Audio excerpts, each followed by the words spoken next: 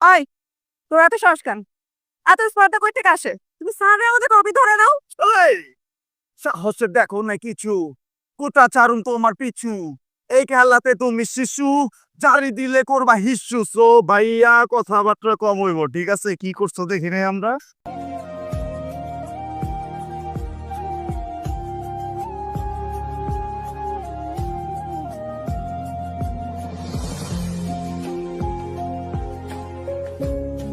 লিখতেছি, কপি করতেছি, ডিস্টার্ব করো না।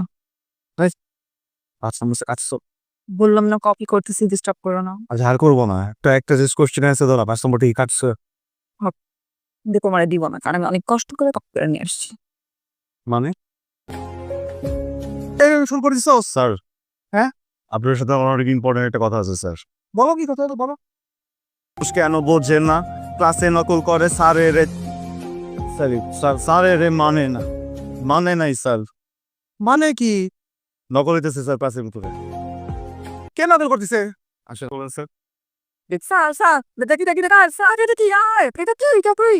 স্যার জি এখানে আসেন স্যার, এখানে দেখ। নকল করে পাত দেয় স্যার, একটু বারবার নকল করে পাত দেয় স্যার, পাত দেয় স্যার। এই তো এই মেয়েটা স্যার, এই যে মেয়েটা, এই মেয়েটা দেখেন স্যার, এই মেয়েটা, এই মেয়েটা যদি কেউ যদি কেউ একটা কথা বলছি স্যার, আমাদের তো চেক করছেন, ওই যে ওদের একটু চেক করেন স্যার। ওদের আর স্যার প্যান করে দিয়েছে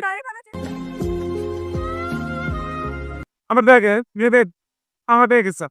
স্যার আমি একটু কোশ্চেন গুলো মিলাই দিই স্যার, না নাম্বার গুলোর সাথে। একটা রিলিজ করবো। জি স্যার অবশ্যই স্যার, বলেন। অবশ্যই তো স্যার।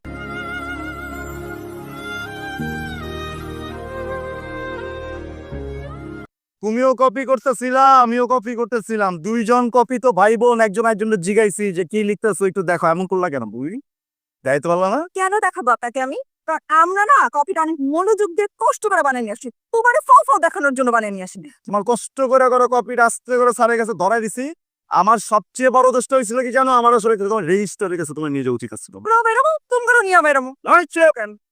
কথা বেশি হয়ে যেতেছে। এই যে হ্যালো হ্যালো, একটু আস্তে। হ্যাঁ, আমরা যারাই কপি টপি করি না কেন, মিলকে ঝিলকে যাই করি না কেন, আমাদের মধ্যে একটা রুল আছে, নাম্বার কেউ কারো থেকে বেশি পাইতে পারবে না। আর আমিও চাই না তোমাদের মধ্যে কেউ আমাদের থেকে নাম্বারে বেশি পাকা আগায় যায়।